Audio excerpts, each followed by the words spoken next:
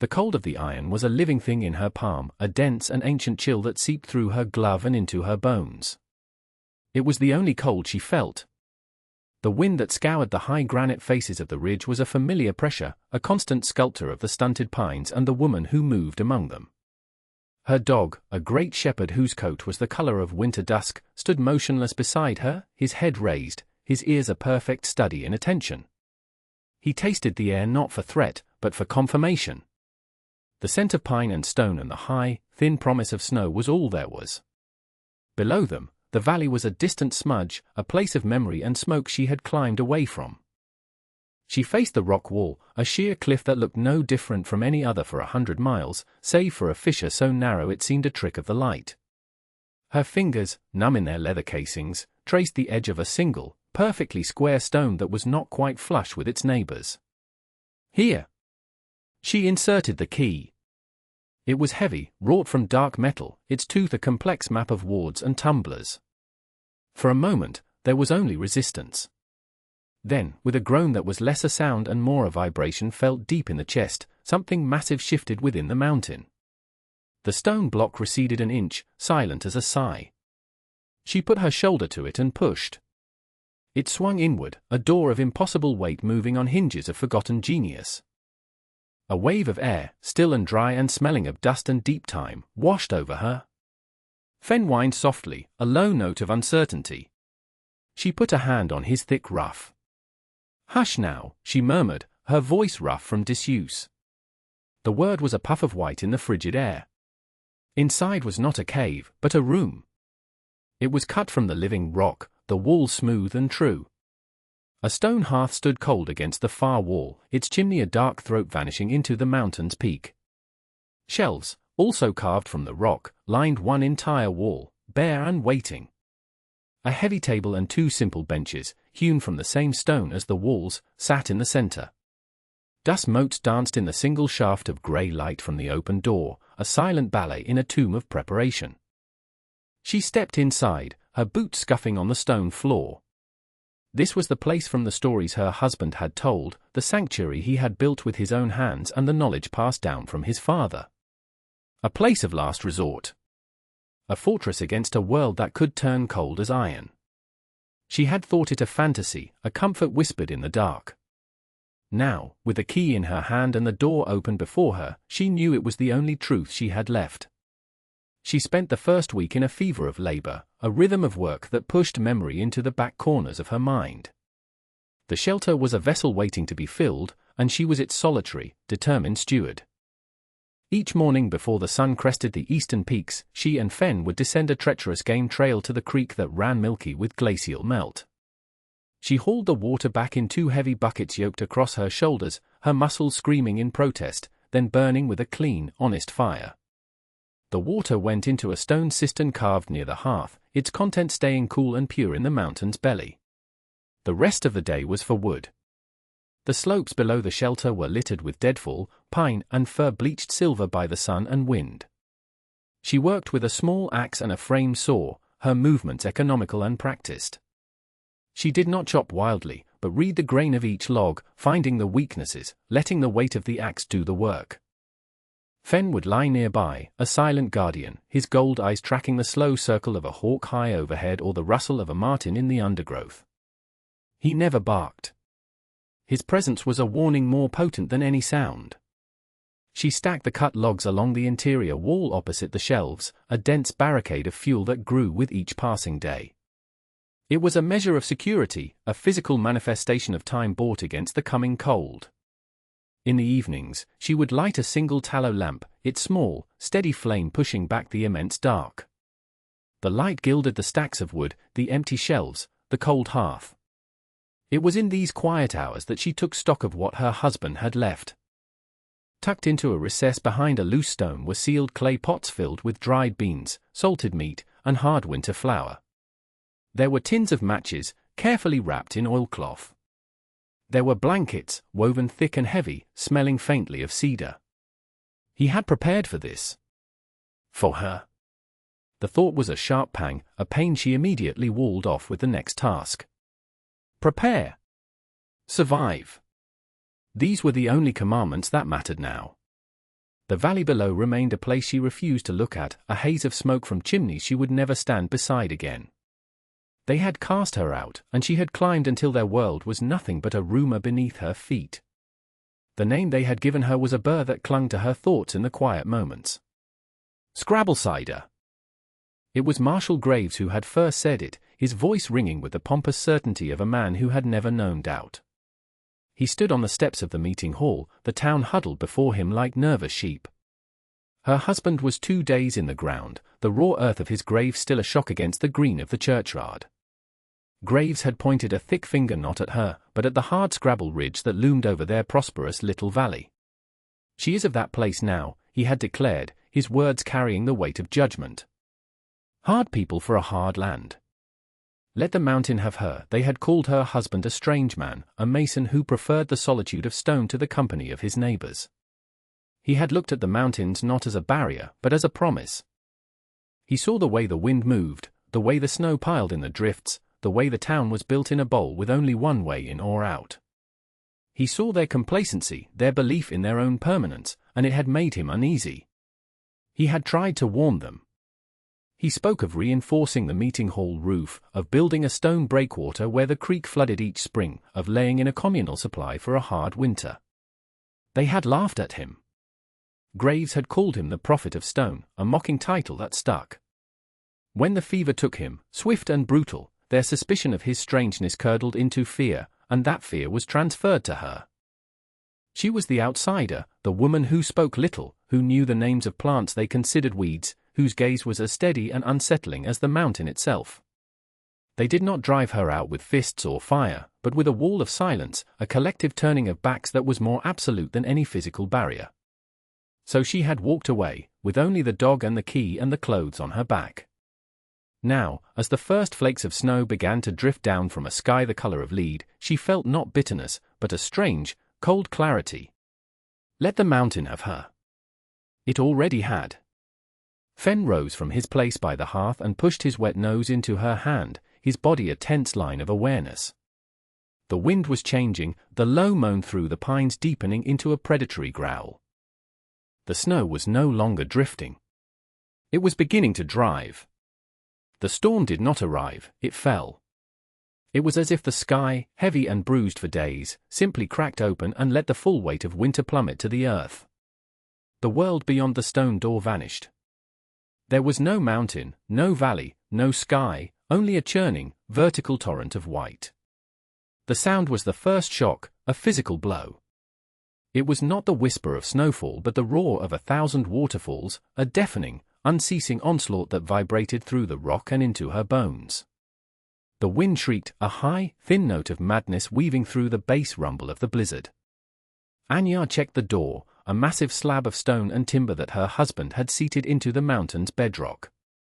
It did not shudder. It did not move. It was as resolute as the cliff face itself. She ran her hand over its cold, solid surface, a gesture of profound gratitude. Inside the shelter, the world was transformed. The chaos outside rendered the small, warm space a haven of impossible peace. She lit a second lamp, and the amber light pushed the shadows into the far corners, turning the room into a golden pocket carved from the heart of the storm. She built up the fire in the hearth, feeding it seasoned pine. It caught with a hungry crackle, sending a column of heat into the room and a thin, determined thread of smoke up the stone flue. Fen, who had been a statue of taut anxiety, finally relaxed. He circled 3 times on the warm hearthstones and lay down with a heavy sigh, his head on his paws, his eyes closing. The howl of the wind was a distant thing now, a monster scratching at a door it could never open. Anya moved with the calm deliberation of a priestess tending her temple. She scooped flour into a bowl, added water from the cistern and a pinch of salt, and worked the mixture into a stiff dough. She laid it on a flat stone she had set by the fire to heat, and soon the smell of baking bread filled the small chamber, a scent of life and normalcy in a world gone mad. She ate slowly, tearing off pieces of the warm bread, feeling the heat spread through her. She was safe. She was warm. She was prepared. This was the fortress he had built for her, not of stone and wood, but of foresight and love. It was a bulwark not just against the snow, but against the coldness of the world that had cast her out. She felt a quiet, fierce triumph, a feeling so sharp it was almost painful. She was alone, but she was not lost. The mountain had taken her, and it was holding her safe. The town of Providence was dying. The same snow that cocooned Anya in silence was burying the valley in a tomb of white. The prophet of stone had been right. The houses, built of hastily milled timber and misplaced optimism, began to fail. The first roof to go was the stables, its shallow pitch collecting the impossibly heavy snow until the main beam cracked with a sound like a cannon shot, crushing the panicked animals within. Then others followed. The weight was relentless, accumulating faster than any man could shovel. The wind, funneled by the valley walls, became a battering ram, ripping shingles from roofs and shattering the precious, paper-thin panes of mica in the windows. Cold was the enemy, a physical presence that crept through every crack and overwhelmed the small, greedy fires in their hearths. Panic was a fever that spread faster than the cold. People abandoned their collapsing homes, struggling through waist-deep drifts to the meeting hall, the one building they all believed was their anchor. Marshal Graves stood at the door, his face ruddy, his voice a booming proclamation of order against the rising tide of chaos. "We will endure," he shouted over the shriek of the wind. "Providence is strong. We will see this through together." But his words were hollow, blown away by the gale. Inside the hall, families huddled together, their breath pluming in the frigid air. The great central hearth, which had always seemed so large, was pitifully inadequate. Those closest to it roasted while those 10 feet away shivered, the cold seeping up from the floorboards. The roof, the very one her husband had warned them about, began to make terrible noises. It was a deep, groaning sound, the protest of wood strained beyond its limits. Every new creak sent a fresh wave of terror through the crowd. Sarah held her 2 small children, their faces blue-tinted in the gloom, their bodies trembling against hers. Her husband, Thomas, a blacksmith whose strength had always seemed limitless, stood staring at the ceiling, his face a mask of helpless fury. He had mocked the mason, called him a morbid fool. Now the fool's words were a prophecy coming true. "It won't hold," Thomas said, his voice flat. "That main beam is bowing." Sarah looked at the faces around her, the frightened eyes, the chattering teeth. Graves was still trying to lead them in a hymn, his voice strained and thin against the storm's orchestra. It was an appeal to a God who seemed to have abandoned them. They were trapped. Trapped in a valley that had become a grave, in a hall that was about to become their tomb. The great beam over their heads gave a sudden, violent crack, and a shower of dust and splinters rained down. A collective scream went up from the huddled mass. Marshal Graves's hymn died in his throat. The illusion of safety was gone, shattered as completely as the mica in their windows. The roof was failing. The cold was winning. This was the end. Children were crying, a thin, desperate sound that cut through the roar of the wind. Men who had prided themselves on their toughness and resilience were staring into the middle distance, their faces slack with despair. They had put their faith in their town, in their leader, in their own strength, and it had all amounted to nothing. They were going to freeze to death, huddled together in the dark. It was Sarah who spoke first. Her voice was not loud, but it carried with it the terrible weight of a mother's desperation. The Scrabblesider, the name fell into the terrified silence like a stone. At first, there was just confusion. Then, a few people looked up, their expression shifting from fear to a dawning, horrified comprehension. Graves turned on her, his face a blotchy purple. "Have you lost your senses, woman? She's likely dead." Frozen solid on that cursed rock, her husband was a mason, Sarah persisted, her voice gaining strength. She got to her feet, holding her youngest child tight. "He built things to last. He knew the stone. He wasn't a fool." Thomas looked from his wife to Graves, his own shame warring with the primal need to save his family. "He built something up there," Thomas said, his voice a low rumble. "A shelter. He talked of it." We all thought he was mad. The murmur went through the crowd. They remembered. They remembered the odd job mason hauling materials up the ridge, day after day. They remembered their own jokes, their own smug dismissals. Now, the memory was not funny. It was a sliver of impossible hope. She would never help us, someone spat from the darkness.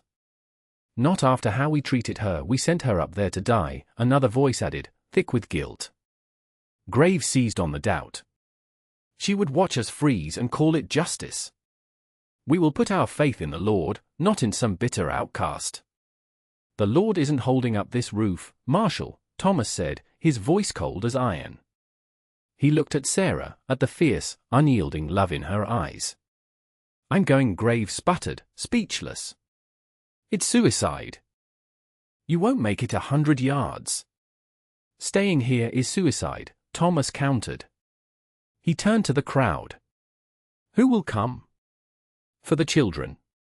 A few other men, their faces grim, stepped forward. The choice was no choice at all. It was a fool's chance against certain death. The journey up the ridge was a descent into a special kind of hell. The world was a formless, roaring whiteness. There was no trail, no landmark, only the brutal, upward slope of the ground beneath their feet and the shrieking wind that stole their breath and scoured their faces with ice. Thomas led the way, his big body a bulwark against the storm's fury. Behind him, Sarah and 2 other men carried the children, wrapped in every blanket they had. Graves, his authority in ruins, stumbled along at the back, his pride stripped away until only a terrified, freezing man remained. They moved in a bubble of shared misery, unable to speak, able to communicate only through grim nods and the sheer animal will to place one foot in front of the other. The snow was a living entity, a predator that sought to drag them down, to fill their lungs, to bury them. More than once, a man fell and had to be hauled back to his feet by the others, his eyes already glazed with the seductive peace of the cold. They were guided by a ghost, the memory of the mason's path. Thomas tried to recall the way the rocks curved, the placement of a certain stand of hardy firs. It was a desperate act of navigation, plotting a course through a world that had been erased. They were losing. He could feel it. The strength was seeping out of them, their bodies consuming themselves for a heat they could not generate. The children had stopped crying, a silence more terrifying than any sound. Just as Thomas was about to admit defeat, to tell them to huddle together for the end, he saw it. Through a momentary lull in the driving snow, a flicker. It was a pinprick of faint, golden light, impossibly high up. It was so faint he thought his freezing mind was inventing it. Then he saw the other sign. A thin ribbon of smoke, almost invisible against the grey-white chaos, being pulled perfectly horizontal by the wind. It was real. There, he roared, the word ripped from his throat. There. The sight gave them a last, desperate surge of adrenaline.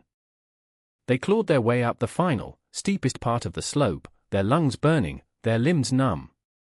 They collapsed against a sheer wall of rock, half buried in a drift. And there, set into the stone, was a door. It was dark, solid, and utterly impassable. Hope died as quickly as it had been born. It was a tomb. Thomas, with the last of his strength, hammered his fist against the unyielding surface.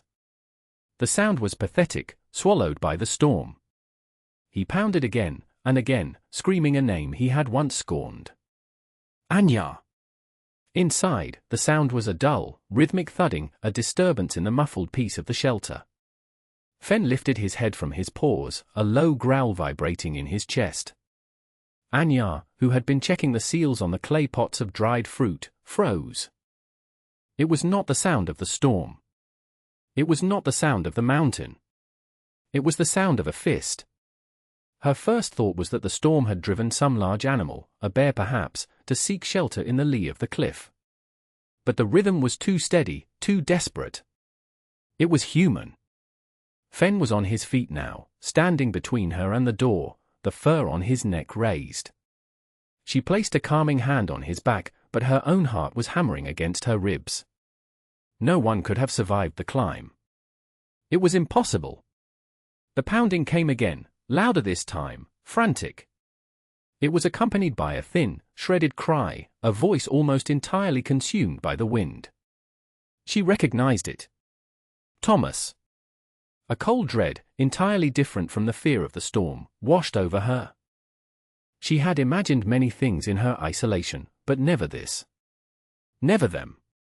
She moved to the door, her hand hovering over the heavy iron bar that secured it from within.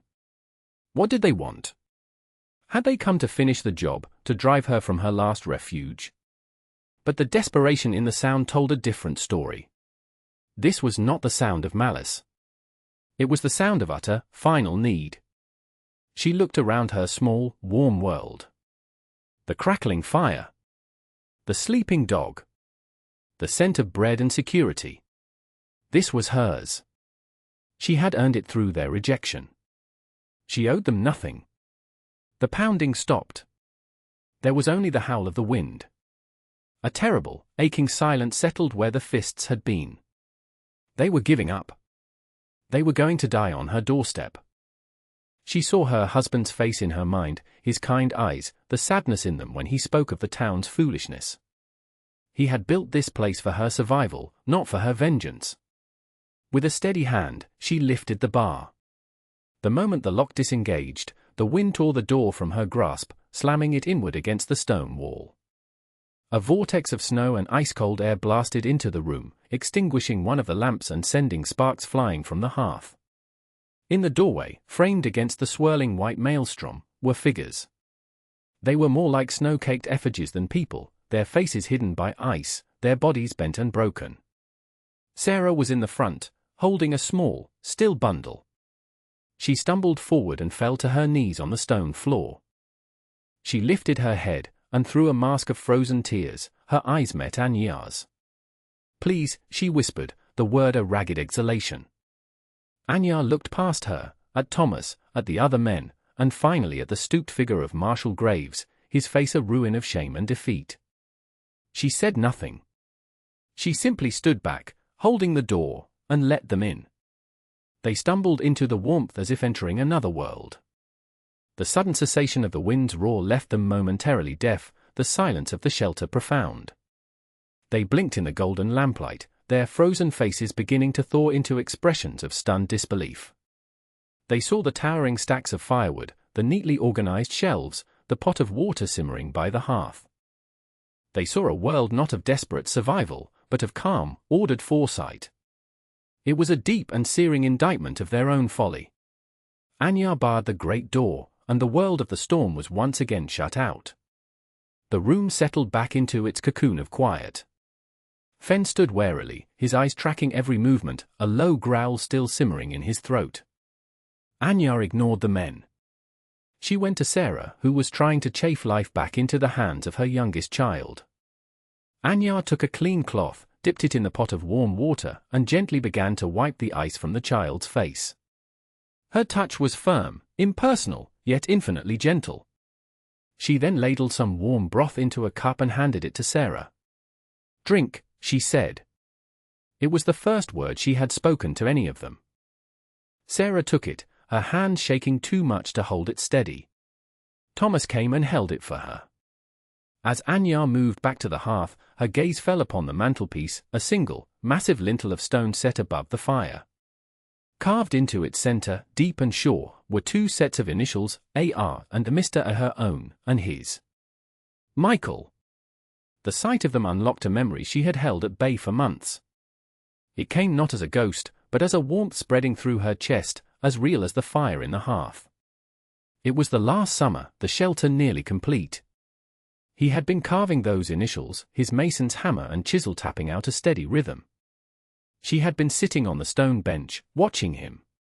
He had turned to her, his face smudged with stone dust, his eyes full of a sad, fierce love. "They'll turn on you one day, Anyar," he had said, his voice quiet. "When I'm gone. This town, it's got a brittle heart. It can't abide what it doesn't understand," she had tried to argue, but he had silenced her with a look. "When it happens," he continued, placing the key in her hand, "you come here. This place is for you. It's not a place to hide. It's a place to endure. You let their winter blow itself out, but you don't let it become yours. You promise me," she had promised. And now, looking at the broken people who had fulfilled his prophecy, she understood the full meaning of his gift. This wasn't about them. It was about her. It was about keeping that promise. The storm raged for 2 more days. In the timeless, lamplit world of the shelter, a strange, silent truce held. The townspeople huddled on the far side of the room, wrapped in the thick blankets Anya had provided, their shame as palpable as the heat from the fire. They spoke only in whispers. They watched her as she moved about the space, tending the fire, portioning out the food, small, sustaining meals of broth and hard bread. She moved with an unnerving grace, her economy of motion a testament to a life of competence they had never bothered to see. She was no longer the Scrabblesider, the strange outcast. She was the architect of their survival, a quiet, commanding presence in whose debt they would forever be. Marshal Graves sat apart from the others, a shrunken figure by the cold stone wall. He had not spoken a single word since entering. He just stared at his hands, the hands that had pointed in judgment, now useless and raw from the cold. On the third morning, they awoke to silence. The deep, vibrating roar of the storm was gone. Anya unbarred the door. The light that flooded in was brilliant, blinding. It was the reflection of a newly born sun on a world buried in pristine, untouched white. The sky was a sharp, painful blue. The storm was over. The valley below was a smooth, unbroken blanket of snow, the houses and streets erased, marked only by the faintest of dimples. Slowly, one by one, the townspeople began to emerge from the shelter, blinking like creatures born into a new world. Thomas was the first to approach Anya as she stood in the doorway, gazing out at the changed landscape. He stopped a few feet from her, his big frame casting a long shadow on the snow. "We have no way to repay you," he began, his voice thick. He could not finish. The inadequacy of words was too great. Anya simply gave a short, sharp nod. It was not forgiveness. It was acknowledgement. It was enough. Graves was the last to leave. He paused before her, his face haggard. He could not meet her eyes. He looked at the stone threshold instead. "We were wrong," he said, the words barely audible. "About your husband. About everything." He turned and stumbled away, following the others down the treacherous new slope, a man whose certainty had been scoured away by the wind. Sarah, before she followed, turned and met Anya's eyes. She said nothing, but she reached out and briefly touched Anya's arm. In that single, fleeting touch, a universe of understanding passed between them. Anya watched them go, a line of dark figures shrinking against the vast white. When they were gone, she stood for a long time in the doorway, Fen pressed against her leg. She was alone again, on her ridge. But the solitude was different now. It was not a rejection, it was a choice. Later that day, she saw it. A thin thread of smoke, then another rising from the valley. They were digging out. They were rebuilding. The smoke was no longer a sign of the world that had cast her out. It was a sign of a world that had, in its moment of greatest need, been forced to look up.